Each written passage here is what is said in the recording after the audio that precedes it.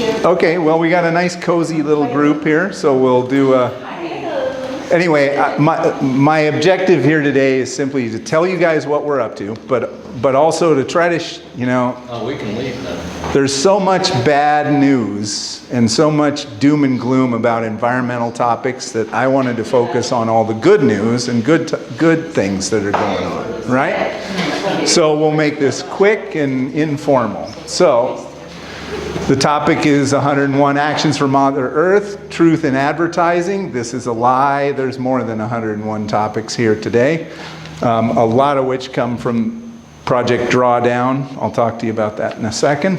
But my intention here is to, but before I begin, I want to thank the Rio Piedras Community Association for loaning us these chairs. Also thank Robert McKirker for a donation of these white chairs. He gave us 13 chairs as a permanent donation, so much appreciated. Yeah. Also, many of you know Tony. Tony was a vital central part of us creating this place. Tony's moving on because he needs to leave the area for an indefinite amount of time. But I want to acknowledge Tony and the fact how important he was to the development of this. He's still a part of the community. That's still his house. He's still around, right? But I just think it's real important to continue to acknowledge all the input that Tony made to this project. So, interestingly, so this is still the most downloaded picture in the history of NASA, the blue marble photo. So Apollo 17's coming back, the last Apollo mission. So this is really the last photograph ever taken of the whole ball by a human. And they're coming back from the moon, and the guy snaps a picture. It was like his private camera. And interestingly,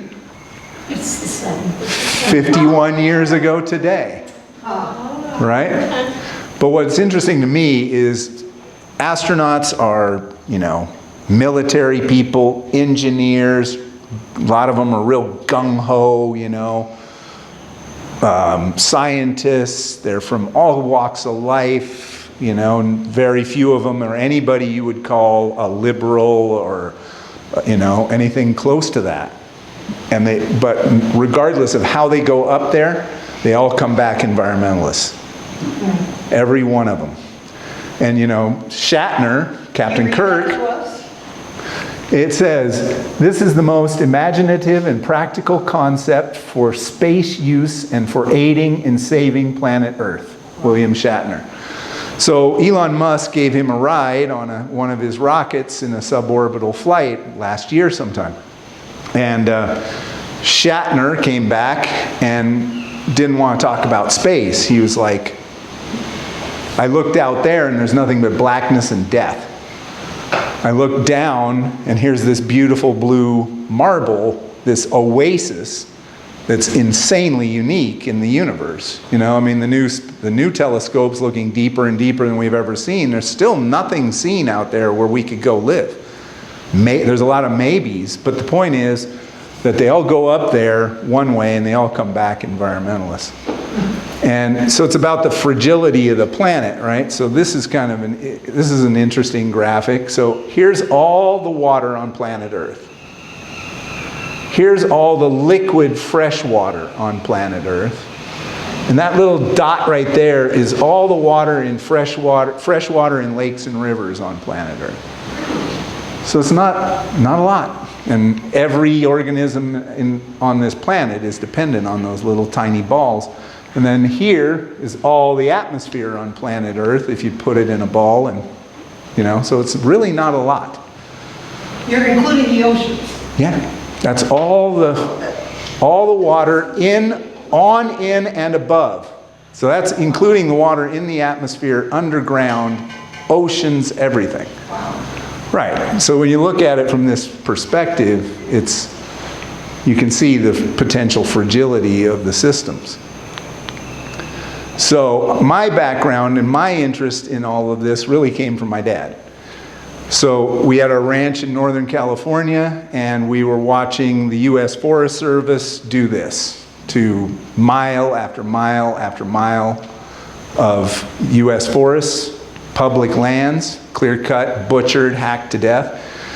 These are pictures of Agent Orange being applied in Vietnam and the results of it, but maybe you didn't know that the U.S. Forest Service applied Agent Orange all over the forests of the Pacific Northwest, including in California, Oregon, and Washington.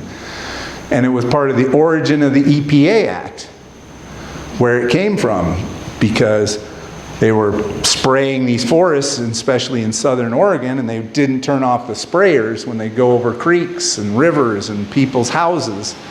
And so there was this rash of miscarriages. It really, 2,4-D and 2,4,5-T really attack women and reproductive cells. And so it stillbirths and all kinds of birth defects. And those women got together and sued the federal government. And actually, I was lucky at Berkeley to take a course from this woman, Jan Newton, who was one of the lead attorneys that sued the federal government, won, and part of the outgrowth of all that was the EPA Act. So it said the Forest Service, the federal government's got to at least assess its environmental impacts before doing this. You know, my dad was a contractor. I worked in forestry. I'm not opposed to cutting down trees, but this is garbage. They knew then it was a dumb idea, you know. So this is our area. This is our valley. This is the 1964 Christmas flood in Northwest California. In our area, it rained 28 inches in 24 hours. On top of 2 decades of post-war clear cuts. There was an equal flood in 55, didn't do that much damage. But 8 more years of this industrial scale clear cutting, and 64 flood happened and demolished, you know, the whole state was kind of, hi, please come on in. We've just been a bit. It's fine, bring him. What a sweetheart. Hi, welcome. Arrived at the house. So this flood came down. This is our valley, and it's hard to see. I couldn't find a better picture. This is South Fork of the Trinity River. Pre that flood, it was grassland and trees and this riparian forest along the river, and it was full of steelhead and salmon and trout. This is now, 60 years after the flood, it still hasn't recovered. It's massive gravel bars. I remember when I was a kid, you could really see the results. All the gravel came washing out of these creeks that fed the Trinity River, out of these huge clear cuts. And the valley floor raised like 6 feet, practically overnight. There were airplanes buried and cars buried and everything destroyed.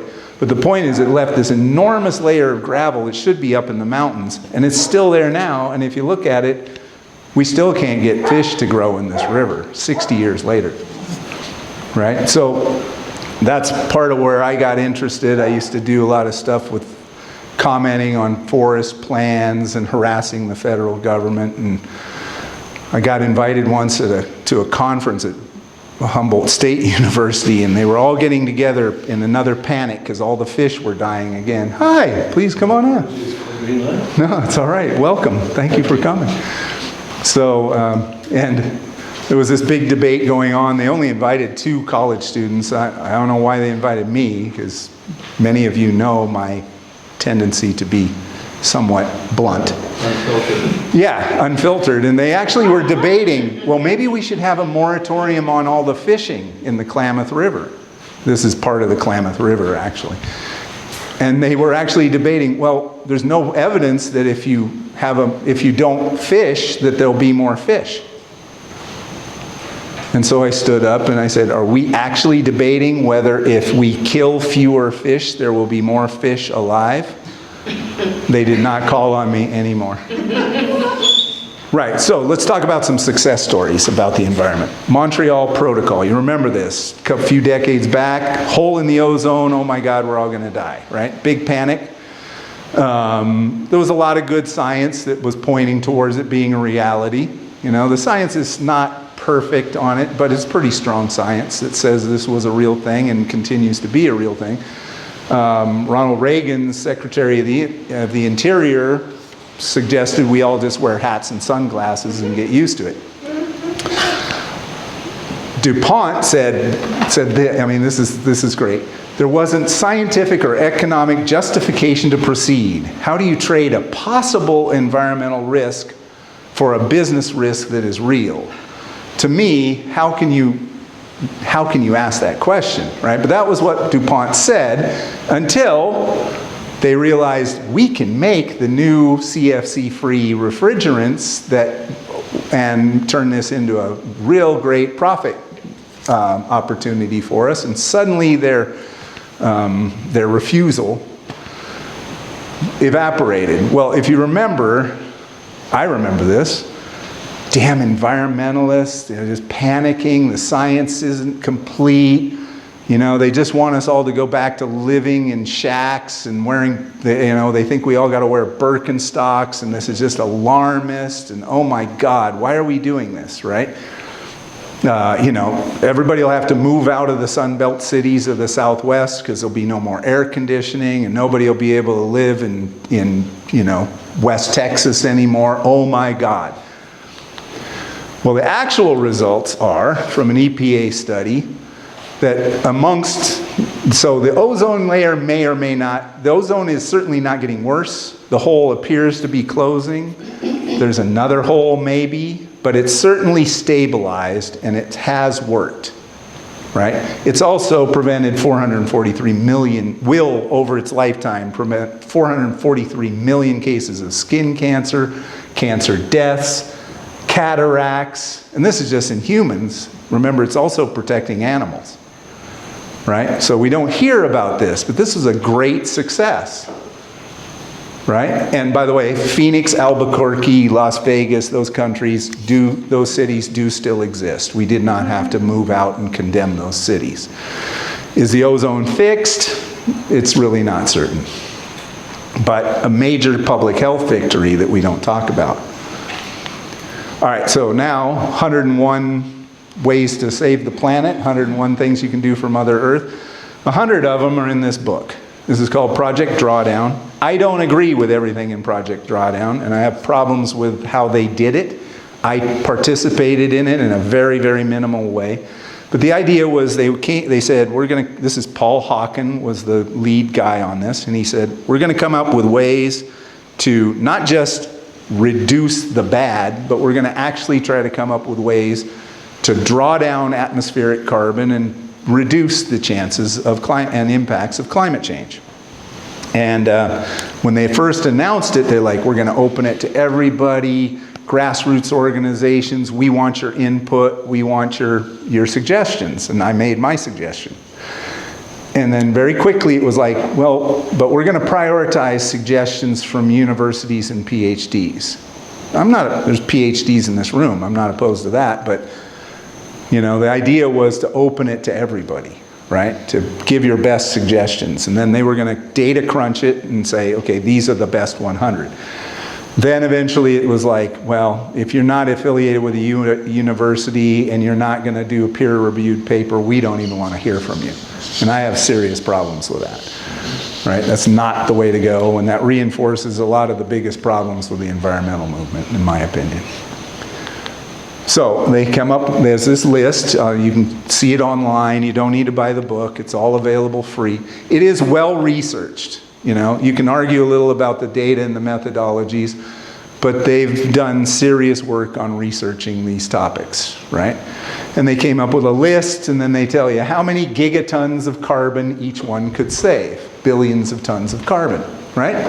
And you can click into each one and learn more about it, and it's very transparent. I don't always agree with all their assumptions, but they have been very transparent about it, so it's a useful tool that you can learn a lot about, and you can go in there and say, oh, we could do that, we could do that, we could do that. It's pretty encouraging, right? So I went through, the next slide is the top 13, according to them. So what do you all think might be some of the things on the top 13?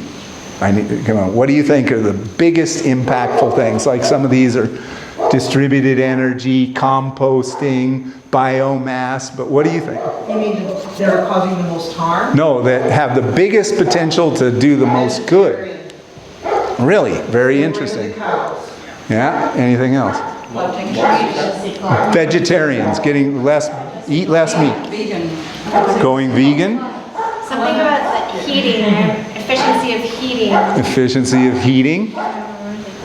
Anybody else? Val? Oh, Well, to me, it's livestock is always number one. Okay, yeah, interesting. plant trees, plant lots of Plant trees. Plant trees, yes, sir. Have you listened to Alan Savory? Yes, Okay. Uh-huh. Do you know what he advocates? yes, Bring in more cattle. yes. He's got a Can you believe it? He reckons he's going to sort the whole problem out. yeah. You notice something? The thing was, I met Savory a long, long time You ago. know him well. I don't. I met him in a class once. The topic is very complex. Some of his points are correct in certain applications, but it's really about soils management as much. His whole thing is about capturing carbon in soils. And so he's very polarizing, but if you actually take the time to listen to him, he actually makes a lot of very good points in certain applications, right? So anyway, here's the top 13. You guys are impressed me. Oh, I was yes. gonna say there's a hint behind you, renewable energy. Yeah, absolutely. Number 1, reduce food waste. Number 2, plant-rich diets. Interesting, right? Number 3, family planning. That is crucial, especially in developing countries. I don't know if my statistics are right, but it used to be that if you want to save the planet, you save women and girls. Always. Right? Because you get extra multiplicative bang for your buck by doing that, right? Especially in developing countries. A woman in a developing country, these are old stats and I might be off, but on average will have 6.5 children. If you give her some education and some economic opportunity, not vast, just a little, that drops to 3.5 children. It's dramatic, the impact you can have, right? So this one's really interesting. So back to ozone. Oh, well, we got new refrigerants. We solved that problem. We solved it for ozone, somewhat. But a lot of the refrigerants that we're still using, the replacements for Freon it was, right? Yes, CFCs. Right. They're still very good at global warming. They're still really good at it. Here we are, Costa Rica, tropical reforestation, onshore wind turbines, there they are. Utility scale photovoltaics. Right now, I don't know what that is. photovoltaics, Okay. but at big scale, not just at little plant, not like ours on our roof. This place is run on photovoltaic. And actually, over 80% of all the new energy projects coming online on the planet now are renewable energy because the costs are just plummeting. There is a lot of talk about nuclear, small modular nuclear.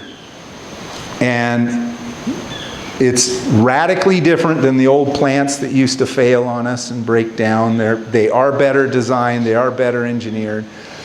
There's still the genie in the bottle of no one knows how much it really is going to cost to decommission them when they get old and deal with that waste. But certainly the technology is better. But I have a student right now he was just working on what they call a small plant, which is 400 megawatts. 8 small reactors in Ohio. And the costing, everything was going great. The cost, the design, the permitting, everything's lined up, and they canceled the project right before they were about to break ground on it, because for the project to go ahead, they had to have 80% of the energy spoken for. Contracts from people saying, we want to buy that energy. They got 25%. They weren't even in the ballpark because nobody's really willing to invest in it. The risks are too high. And these things, last month they were selling these in San Jose for 32 cents a watt.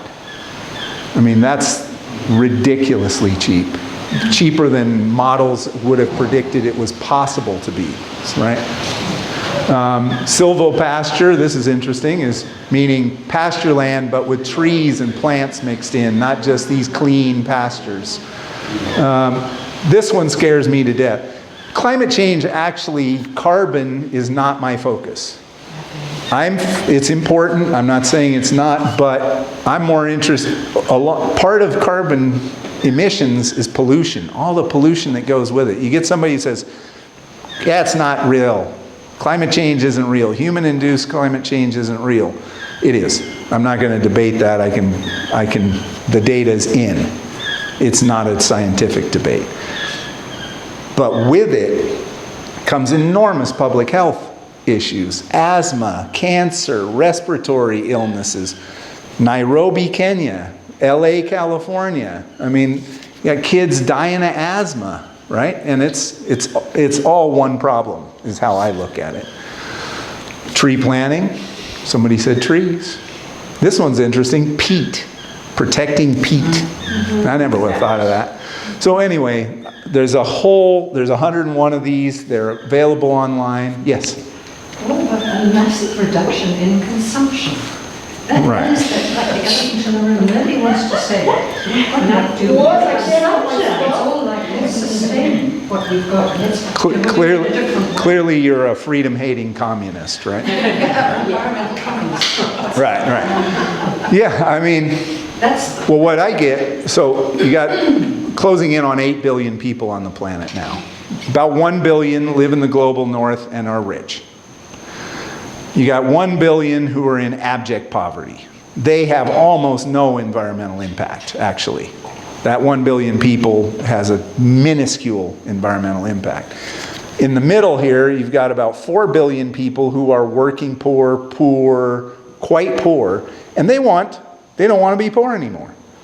They want TVs and cars and buses and motorcycles and decent homes and cell phones and televisions and all that. And don't they have the right to have that? As those people's consumption rates and lifestyles change upward, the little savings we're making in the global north, where we pat ourselves in the back for, an 8% reduction in something, will just get ground up and spit out. So I'm much more concerned with that. How do these people achieve some sort of equity of lifestyle? They have a right to consume more. They didn't create the problem we're in. So that scares me more than a lot of things. But if we're arguing that we created the problem we're in because of our overconsumption, then I think we have the right to talk to them about it. Sure. Yeah, I couldn't agree with you more. It's us, we're the ones who have to control ourselves, actually. And we're not. We're just not. Well, there's a lot of changes happening, but it's too little. It's not enough. Can't happen in the US. So here's the next good story. This is Rocky Mountain Institute. This is a book called Reinventing Fire. Here it is. Came out in 2005. My copy is autographed. I'm very proud of that. It's the guy Amory Lovins. That's him up there. One of the uber geeks of the world. Brilliant guy. I actually knew him a little at Berkeley. And they did a study on how to get the U.S. off of fossil fuels by 2050. Right? And their data is absolutely impeccable, to the point where even the oil companies don't even try to argue with RMI's data. I highly recommend, if you want anything to do with energy, just check out RMI, because they're brilliant, right? And they came up in here with a strategy to get the US off of fossil fuels by 2050 with no new laws, no new regulations, no new technology, and a net present value savings of over $4 trillion compared to doing nothing. So it's not only, the myth is, we can't do anything, it costs too much. Actually, it costs less than doing nothing. And we don't hear about this very much. So, transportation, though, they deal with it by 4 sectors. Transportation, buildings, industry, and electricity. And document how we can get off of fossil fuels and actually make money. Not that we spend less money, we actually save money. Right? And it's mainly based on efficiency. I was talking to him once and I said the word conservation. He said, don't ever use that word again. Because when people hear conservation, they think deprivation. I got to go without something. Right? He said, just talk about efficiency. And I do. I've had meetings with Trinidad and Tobago Manufacturers Association and heads of state. I don't talk about conservation, I just talk about efficiency, because who doesn't like efficiency? It's cool because it's one place where environmentalists and hardcore corporatists can agree, they can mesh. And I do like, one of the things to be really optimistic about is when I was young, it was anything for the environment is automatically bad for business. That was a stated fact. And that fact is evaporated largely. And that's great. Maybe it's a little too late, but Well, it was never a fact. it was never true. Thank you. It was never true. Here's a case study from RMI. They wanted to remodel the Empire State Building. They did. $550 million they spent. RMI came up with a plan, 31 million, and they did it. It was really interesting. Like, it's got all these windows. They built a window remanufacturing plant in the building and remanufactured all the windows right there and put it back in. So this actually happened? Yeah, it's done. It was 10 years ago or more. They did a lot of cool stuff with insulation. It ended up, they immediately saved $13 million because they didn't have to buy new chillers for the air conditioning system. I love this kind of engineering cool stuff. It's really cool. Right? I don't understand it very well, but I love it. It immediately, I mean, right off the back, okay, we just saved 17.3 million. The building is saving, what is it, 4.4 million? 4.4 million per year. I think this has gone up. These numbers are a little bit old. And the building's healthier, tenants like it more, people don't want to move out, they have better tenancies, more high-profile tenants. It's a win-win situation for everybody. Here's another cool example. I grew up on this one. I remember I was working with my dad when this passed. One of my old professors at Berkeley was the guy who pushed for this, Sim van der Rijn. And Title 24. So one day, all of a sudden, we get, my dad's doing construction, and now we have to insulate pipes, and we have to put blankets on hot water heaters, and we had to weather strip doors and windows. It was required. Any remodeling project over like $500, we had to also do those things. And over the years, it's changed and evolved and gotten more and more aggressive. But every year since that was passed, per capita energy consumption of Californians has gone down every single year. It's one of the reasons the oil companies hate California, because standard of living's gone up, energy consumption per capita has gone down every single year since 1978. So these things are doable. Here's another great example. Ray Anderson, he passed away. Ray Morgan, who did the snakes presentation in a previous life, did consulting for carpet and flooring companies, and he knew them, and he has great stories to tell about Interface. Ray's company, he bought this carpet company called Interface.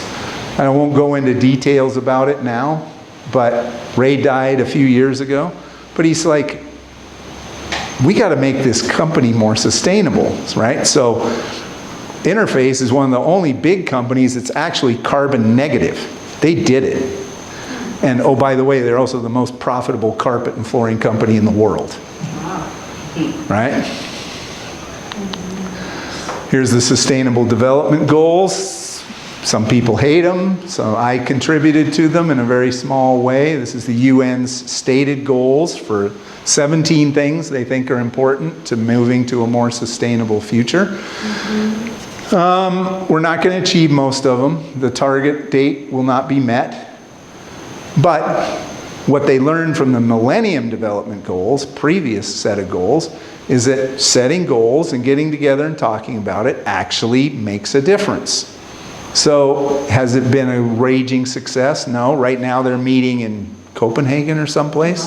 Dubai. I think they're in Dubai right now talking about this. In almost 3.5 years of, the whole world's talking about this, and almost 3.5 years in the White House, Joe Biden has never said the word Sustainable Development Goals. And the U.S. is one of the only countries, it's not really participating in it other than lip service, unfortunately. But it is a good framework, and actually you can use, whether you agree with the UN and the whole process, you can click into each one of these and learn a lot of good stuff on real life things you can do to make things better. So it's a really useful resource, actually. Yeah. Steven, is there any, I can't read this, but is there, do any of them say changing the agricultural paradigm, the way we grow crops? No. That's huge. Sort of. The Hold way on. we grow. Well, it says no hunger, so. No, let me read them for you. Well, it's, Read it. that's the, Huh? it's, the way we produce food now is just not Responsible sustainable. consumption and production. Yeah, responsible production and consumption, that works. Where is that one? Number 12.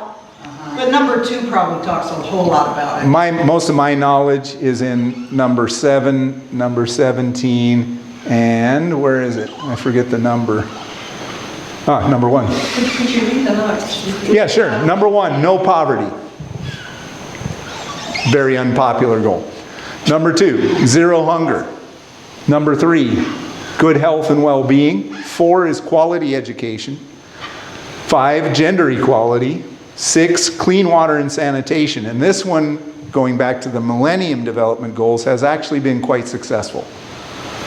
There's been a lot, like 800 million, during the MDGs, 800 million people got access to clean drinking water that didn't have it before, partly because the goals existed. So it's one of the case studies in a success. Affordable and clean energy, decent work and economic growth. Industry, innovation, and infrastructure, reduced inequality, sustainable cities.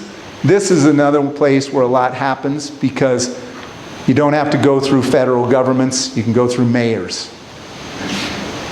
And so a lot of action, positive action, can happen here, end running all the big governmental obstacles that some projects have. Responsible consumption and production. Climate, life below water, life below land, peace, justice, and strong institutions. This one's called Partnerships for the Goals. This is kind of hard to comprehend, but it's really about networking amongst all the interested parties to try to make the other ones go. So this one is really a goal to support the other 16. Yeah. So here's a cool story. India, people living in these little tiny houses. The house is 4 feet by 10 feet, sometimes 6 by 8 feet. They all have electricity, even in the slums of Kolkata, right? But they don't want to use it in the daytime, so their houses are pitch black in the day, actually.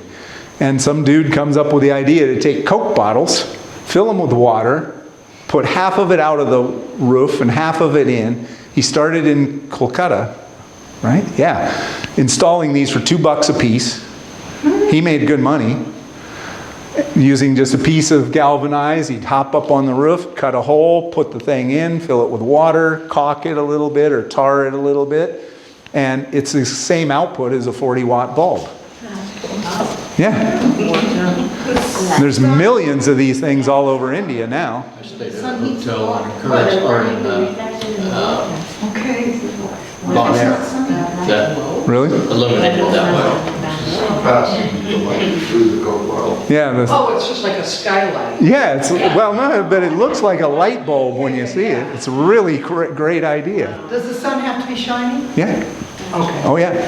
It's a daytime only thing, but they can't afford to light their houses in the day, and they have to at night. And this is a major, major lifestyle improvement for millions and millions of people.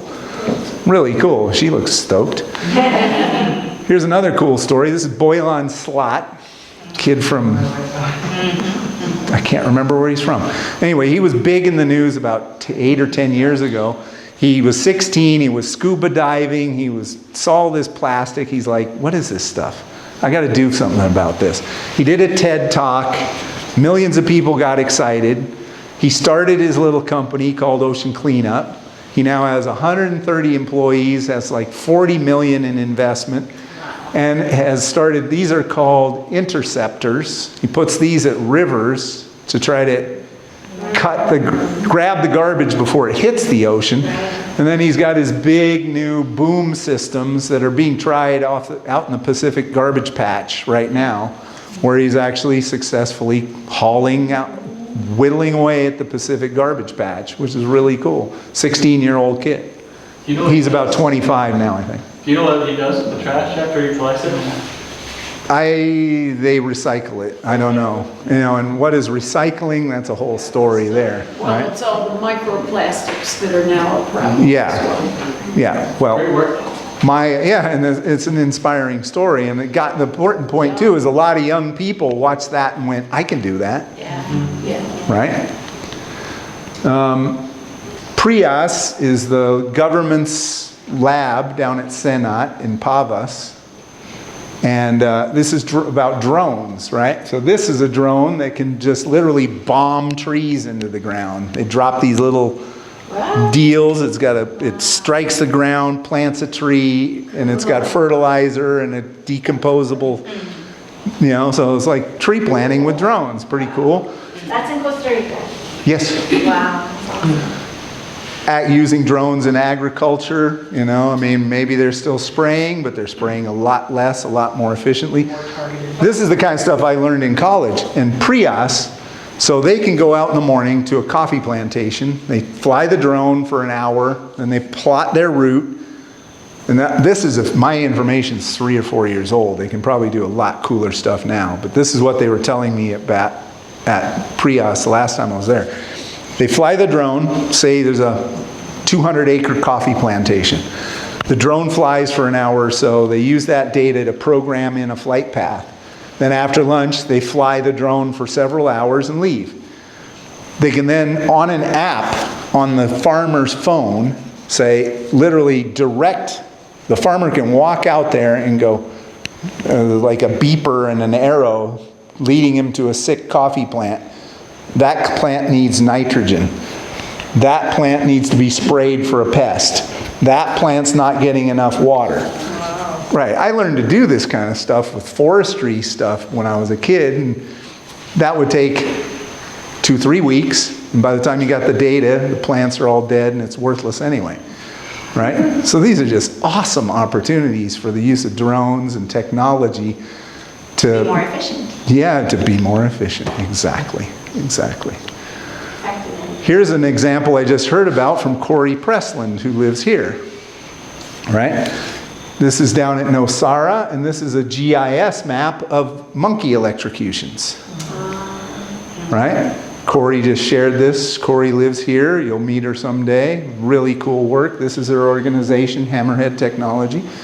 So they do a GIS map of all the electrocutions and discover 1, 2, 3 hotspots where most of the monkeys are getting it. And so now they can focus in on those areas in terms of doing something to make the monkeys safer. Right? Really cool project. Impossible. Nearly impossible up until about 20 years ago. Right? So you can install wildlife bridges for the sloths and the monkeys. And we have and this made me think about something. So this creek here is a watershed, and it's pretty isolated. Nobody really goes down there. It's important habitat, right? Nobody cruises through it. There's not, it's real important. We have true troops of monkeys, howlers, and white-faced capuchins. Over on this side of us, there's a little creek that goes down towards Turtle Cove, and it's another little watershed of pretty undisturbed, pretty safe habitat, right? And the monkeys come up here, right through these trees right here, those white trees at the end of the shop, the big tree, and they bail through the air. It's really cool to watch. They fly to the palms on the other side of the gate, right? So they can use both watersheds as habitat. And we saw a sloth do the same once, although she had to climb down and go to ground briefly to get across. I very nearly have cut down several of the trees in that. This is literally a 1-tree wildlife corridor. I could go cut down 1 or 2 trees and break that linkage. And I almost did. I didn't know. right? I didn't know how fragile this is, this little network, and it makes, so what if the male sloth was there and the female sloth was there and I cut down a couple extra trees? Are we done with sloths in our area? I don't know. But it's interesting, and it was a lesson for me, at how you can do a real little change and have a really major impact. Steve, do you know if ESA still gives away trees to build these corridors? Oh, yeah. I believe so. 60 trees. Did you? Yeah. Yeah, they're over in Tronadora, they have a Yeah. nursery. Yes, I believe they do. They do it at certain times a year. It's not all year that they give them out. I think it reopens in February or March. Right. Are they still doing the corridors? Are they still planting in the corridors or making corridors? Building corridors. Are they? I don't know how know much that they're they doing. I don't know that ESA really coordinates it. I think they just produce the trees. They provide Yeah. the trees for people who want to do it. I've heard of people who, like I met, there was a guy who used to live here and he was trying to do a corridor to connect Volcan Arenal Park to Tenorio Park, up along this whole ridge line. Yeah. And corridors are extremely important. I mean, they're kind of slapping a Band-Aid on a bad situation, but they work. They do work, you know. Is he still doing that? I don't know. He's supposed to be here to visit at Christmas, and maybe I'll get an update. I don't believe so. Yeah. But anyway, you know, it's just, there's a real life example. I mean, 2 trees right So there. if you wanted to cut those trees, you just cut them. I mean, I keep hearing the government Yeah. don't allow people to cut trees, yet I'm hearing chainsaws. You're not supposed to cut anything over 8-inch diameter breast height. But you could do that if you wanted to. Nobody's going to stop me. But if someone found out, I would come and, I don't know, slap his wrist or something. Right. Yeah, hearing the chainsaws is driving me crazy. Yep. I don't think anybody uses it. You can report people, but. So here's a save the world idea. If one of you can do this, you could change the future of everything. Carbon fiber, right? We have carbon fiber pickleball paddles. I'm sure someone here owns one. You think of carbon fiber in terms of like high-end sporting goods and stuff like that. It's expensive stuff. 12 times as strong as steel, right? And this goes back to Amory Lovins and Rocky Mountain Institute, who've been talking about this forever. It's being used now in high-end cars and some consumer products, right? But it's expensive. Okay, so, and I make some environmental people real unhappy when I say this, but I think there's a real chance that our environmental problems will not be solved by environmentalists, they'll be solved by engineers. And here's one opportunity. So carbon fiber right now is very expensive.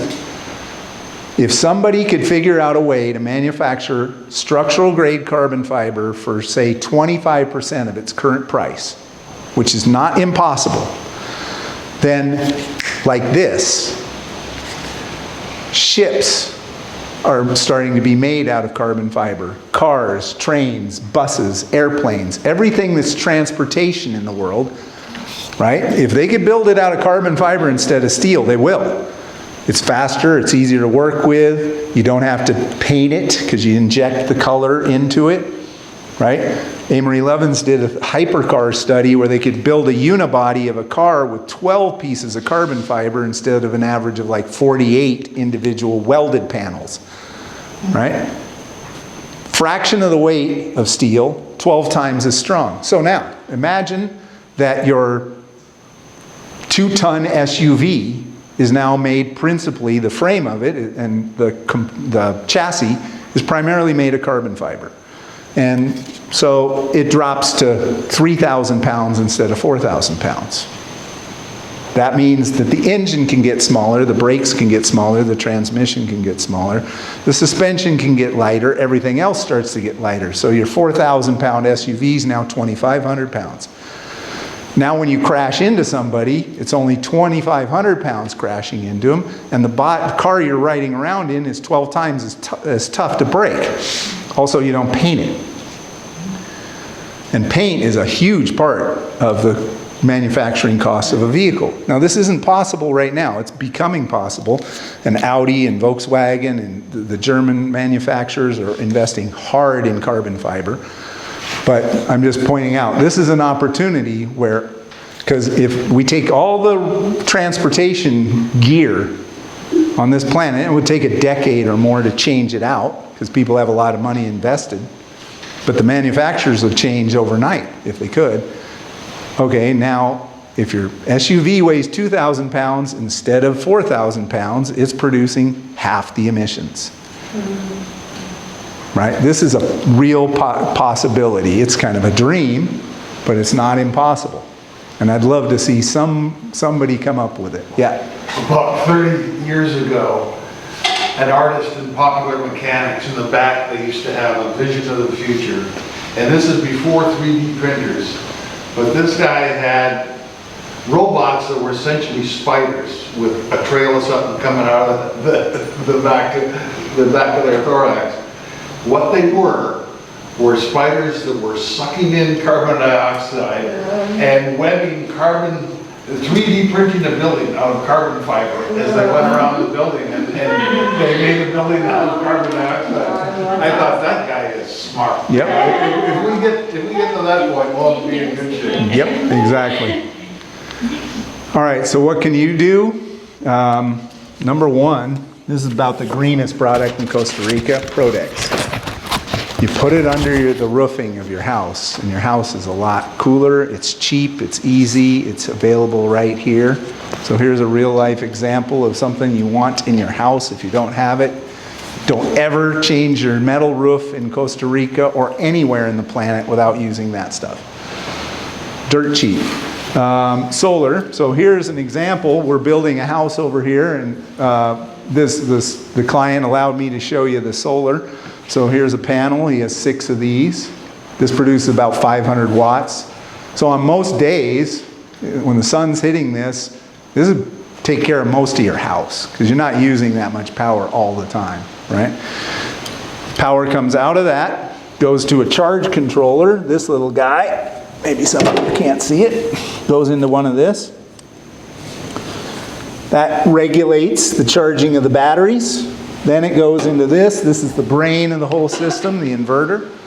Keith is the expert on this. He's forgotten more about this stuff than I know. And from that converts the DC power that comes out of the panels into AC power and then sends it on to your house. Right? Not cheap. Not economically a great investment for most people in Costa Rica, but we love ours, and for us it was great because it would have cost us more than 60 grand just to get the power run down here, to then have garbage ESA power and fried electronics and outages all the time. We have no outages and we have perfect voltage and we love it. You know, I had a real difficult time finding a solar provider that would work with me because they said my bill wasn't high enough to justify it, and I said, it's not about the money. You know, I want to do it for other reasons. And really, they never even came out. Nope. And this was 3 different companies. To get this, I called 7 different companies. Okay. This is the only one, literally, they're not even interested. Small projects, they're just not even interested. So, and here's obviously solar hot water, we have it. One of these cost us about $1,100. The good electric ones, the little on-demand ones, what's it, Stiebler Eltron? It's the good brand. They're about $400 or $500. So it's not a bad, that solar hot water is not a bad investment at all. Steven? Yes. So what do you say to the people who say, I need $4,000 to put a solar system on my house, but yet I'm buying green energy from ESA? Am I really saving carbon by doing that? Probably not. Yeah, in this country. Yeah. Probably not.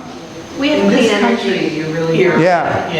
Yeah. We're in a unique situation here. Probably not. I love it because no more outages, no more Oh, yeah, we're out surges, all the time. no more spikes. Yeah, it totally makes sense for you. rates. Yeah. If you don't have access to and you would have had to. I'll tell you one application that's great. I've seen people who should have done it. They got a well way down the hill from their house. Or they're building a new house, the water's way down there, the power's here. So what do? They build a well, put a pump in, run these big expensive copper cables down to the well. Terrible investment. Much better would be to put a little solar array down there, use a DC direct pump, The sun comes out, the pump turns on, throws the water up to a storage tank at your house, comes on 4 hours a day or so, 5 hours a day. You always got water, and it almost free when you consider people buying big, heavy cabling that they got to run 200 yards down a hill into a creek somewhere. That's a great application. Those DC direct pumps are available in Costa Rica. Well, don't forget eat Whoa, differently. what happened? You didn't do eat differently. Don't forget that one. Eat differently. Well, I mean, we all know that we're eating poison in Costa Rica, and with all the radical amounts of chemicals being applied, and this is one of my primary concerns, because we got kids. I never heard of ADD and autism when I was a kid, and I can't prove it, but I think the epidemic explosion of those sorts of disabilities that children are having all over the world is because they're eating poison. A woman from my old department at Berkeley, as part of her PhD, she went around to delivery rooms in the US and collected samples of umbilical cord blood and tested it. And every single kid had at least, I think the lowest number she found was 28 detectable man-made chemicals in their blood before they took a breath. And some kids was over 150 different man-made chemicals. We're living in a toxic soup. We're eating it, breathing it, drinking it. DuPont is one of the worst. Yeah, and that scares me to death. And and meanwhile, the governments that should be regulating that are cutting back on inspectors and regulators every chance they get. So in Costa Rica it's particularly bad, is it not? Yes. Yeah. Here's that. They say you use bicarb soda to try and... Depends on the chemical. Yeah, there are things you can do to clean your veggies, but I don't know. It's case by case, and you don't know what they're even using. And one thing is, as soon as they'll test different chemicals and make recommendations, but they'll say right then, if you mix them, we don't know. Yeah. So the minute you blend these things, no one really knows the health outcomes of it at all. All right, to get to the end here, what are we doing?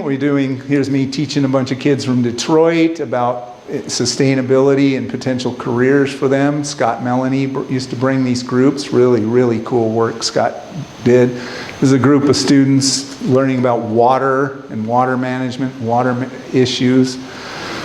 We hosted a bunch of guys from Mondragon University in northern Spain who are here looking at entrepreneurial opportunities for developing sustainability. Our focus is 4 things, not right now, but this is where we're going. We want to do a green business accelerator. So this is Applied Hope, the nonprofit. We want to do a green business accelerator to help people who've got these cool ideas. Organic Ag Lab across the road here. I'll talk more about it in a second. A Maker Lab, and we are kind of a green building lab because I've been doing green building since before it was called that, And we intend to build cabins out here. I'd like to build them as classrooms, right? As an opportunity to learn something about green building. High priority is the land across the road we've just acquired to do an organic ag lab, and we're also thinking about some sort of a food co-op, right? So that, because everybody's trying to grow the veggies, but it makes no sense for everybody to build their own separate gardens. It's inefficient. It would make a lot more sense to put it all together, centralized production, have one gardener instead of 8, have 2 wheelbarrows instead of 12, right? So this is an opportunity we're just starting to talk about, and maybe some of you could even decide to get involved with it as it develops. eSTEAM education. You hear a lot about STEM education, science, technology, engineering, math. Not interested. We add environment and arts. STEAM has been popular for a while because engineering students, math students, scientists who also study arts do better. They do better in their exams, they do better in their careers. It gives them more innovative, creative thinking. So we had an event here recently where we had the people from the college, the Colegio in Tiburon, Colegio Liceo Maurilio Alvarado Alvarez. There's a mouthful. I finally learned it. This is the principal.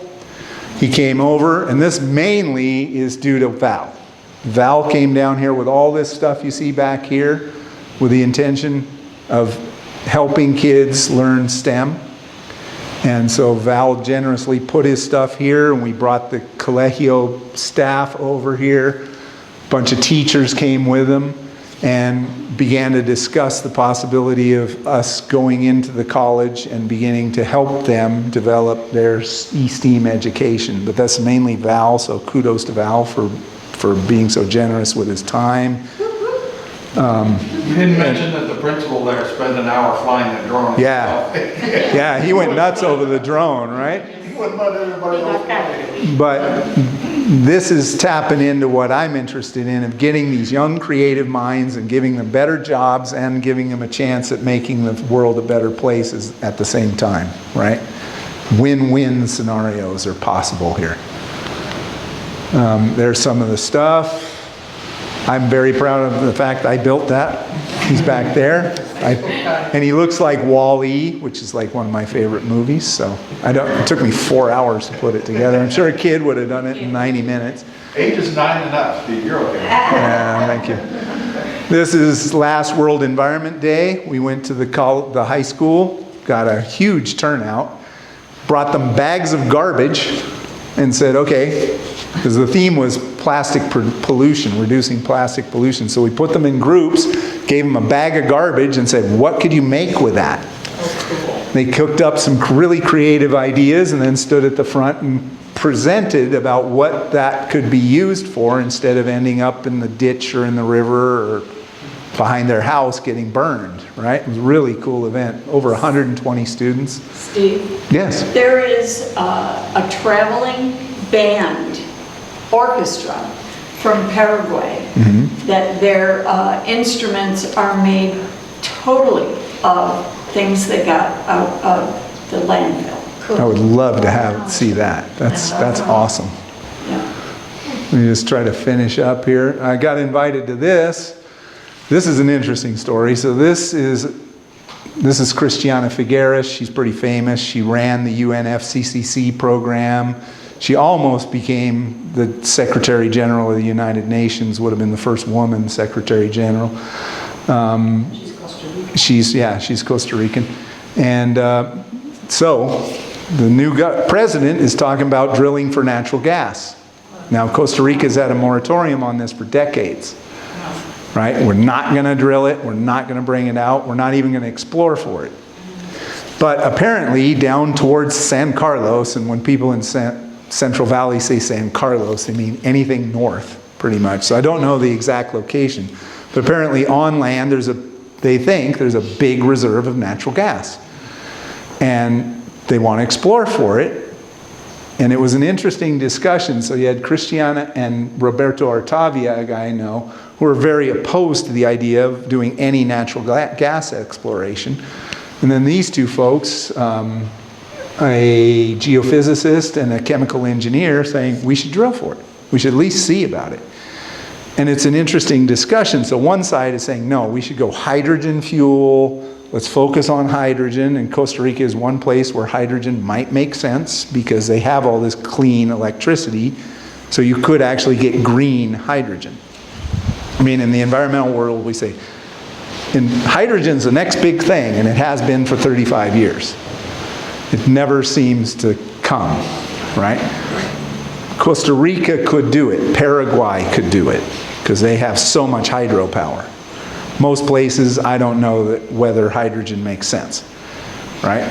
But the debate was interesting, and I would probably side with the drilling people in this case. Because if they could get natural gas onshore, get it out, you can reasonably convert all the trucks, buses, and cars in an affordable level. A car you can convert for $1,000, a bus or a truck $2,000 to $3,000. If we keep waiting for this alleged hydrogen and electrical future, that the government cannot regulate and has failed dismally at promoting, it's going to be another 20 years. Is using gas a good idea? No. But it is a transition that over the next decade could radically reduce Costa Rica's carbon output. The 71% of the carbon footprint of this country is transportation, trucks and buses and cars. Is it ideal? No. But this is one place where I might side with the drilling people to say, on a limited basis to transition as a transitional fuel until the electrical vehicles and hydrogen vehicles are in place, we could save a lot of carbon and make people money, save people money because it's cheaper, and move forward. Now, is it fraught with danger? Absolutely. You do it once and there you go. Yeah, so I don't know, but the answer to, I went there thinking, drilling in Costa Rica, horrible idea. And after I listened to it, I thought, it might not be such a bad idea. Got invited to this, gave a presentation at the Congress of Sustainability. I learned that I cannot speak Spanish for 12 hours a day. I get too tired, so I gave the worst presentation of my entire life. But it was all right. It was cool. We're members of in BIA. We're joining NAAE, and we just attended their conference and had a booth at that. So we made networking with hundreds and hundreds of environmental educators all over the world. Very cool. We just got invited a couple days ago to join the National Congress of Sustainability. CENAT is the National High-Tech Center. We've had a relationship with them for quite a few years down in Pavas. They do really cool stuff. Really, I love going there because it's just, you're with the smartest people around, you know. And it's really wonderful. They're doing stuff with bioengineering and bioprospecting. PRIAS, the drone lab and the geomatics lab, that's there. Ad Astra is Franklin Chang's rocket company, and this is his nonprofit. And we started building a relationship with them now. Greenleaf, our next thing is, this is our big announcement, which is beginning May, June, July of next year, we're going to offer our in-person 2-week class with students coming down here from North America. It's sort of a boot camp for university and graduate students on how to be more successful in their careers. Because right now, I got to lecture at my old school. It was really fun. A couple weeks ago, it was kind of it was meaningful to me, you know, after 50 years to be back there talking to these people. They're brilliant young people, and they're passionate, and they're scared. And they're scared because they also don't know if they're going to get a job. So a lot of what I'm focused on is trying to give them the skills so that they can get hired and get out there and get doing the stuff that they're passionate about. And I'm working on an online course as well in environmental decision making. Events coming up here. Kendra is going to start teaching art classes here, including art, mindful art, and she's going to be doing a presentation on art and dementia and how art can be an important tool to addressing dementia and Alzheimer's. That'll be coming up here soon. On the 19th, we have Belly Dance with Liz here. Next Wednesday, Ladies of the Lake is here. So lots going on. So here's our neighbors. I want to acknowledge that we're on stolen land right now. This is a piece of Maleku pottery that we dug up right under this room. We are guests here, and not even welcome guests. And I just want to acknowledge the fact that the Maleku were here first.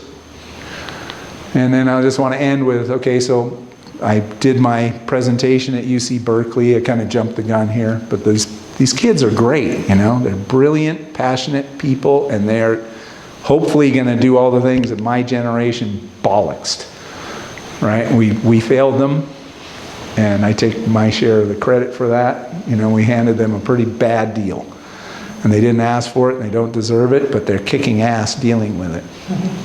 And I'll finish with, my story about Roberto Vargas. So when I was at UC Berkeley, I was involved in the student organization, and we were doing activism and anti-apartheid protests and all this stuff, right? And this guy, Roberto Vargas, was a community organizer in Latino communities in California. And back then, the Latino community was not powerful like it is now. You know, there was the farm workers, Dolores Huerta, and people like that, but they weren't, so he did really difficult work organizing. And he came and he gave us advice on how to organize. And then we went for a walk, a few of us, and sat on the grass. And he said something that stuck with me ever since. And I passed this on to the students last week. He said, yeah, there's a lot of terrible stuff going on in the world right now, and we might not make it.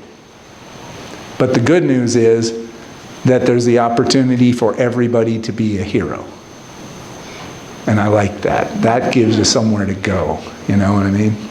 So I think that those young people who got themselves $100,000 into debt going to Berkeley or wherever, I think they are heroes already. And I think there's probably heroes, I think everybody here can safely wear that title as well. So thank you.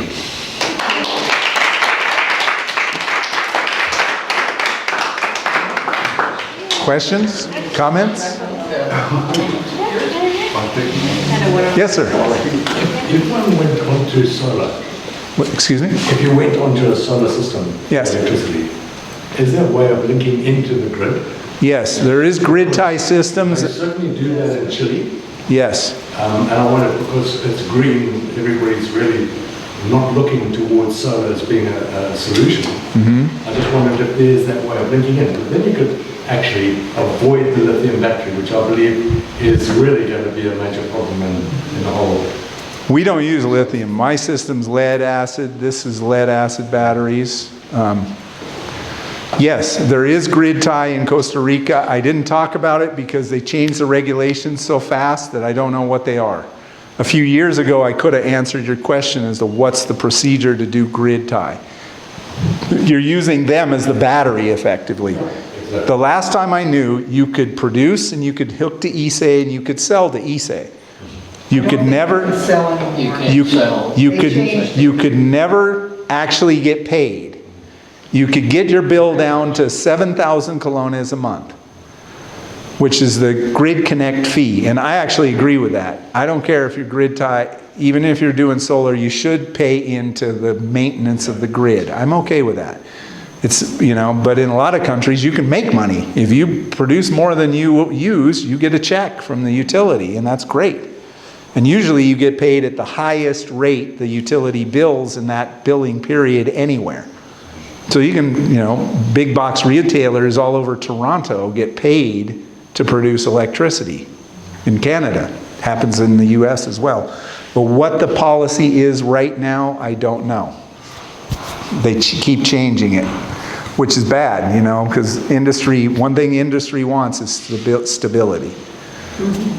So, but yeah, in theory, that might be a really good, the best alternative here would be to grid tie to ISE and have one battery for when they have their little meltdowns so that you'd be buffered from them, right? But I don't know what the rules are right now. Steve, you talked about an art class in the future. What mediums?